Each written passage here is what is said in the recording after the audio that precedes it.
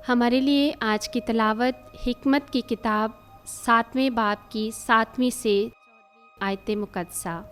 इसलिए मैंने आरज़ू की तो मुझे फ़हम अता हुआ, और मैंने इल्तिजा की तो हिकमत की रूह मुझ पर नाजिल हुई।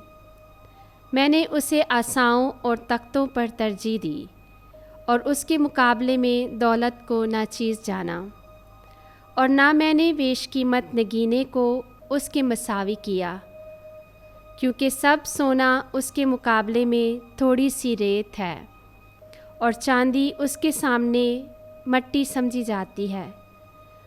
और मैंने उसे तंदुरुस्ती और ख़ूबसूरती से ज़्यादा प्यार किया, और मैंने उसे अपने लिए बजाय रोशनी के लिया, क्योंकि उसकी रोशनी मादूम नहीं होती।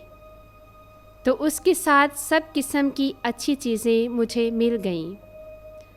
बस उसके हाथों से मैंने बेहिसाब दौलत पाई। पाक कलाम के पढ़े और सुने जाने पर खुदा की बरकत हो। खुदा का शुक्र हो।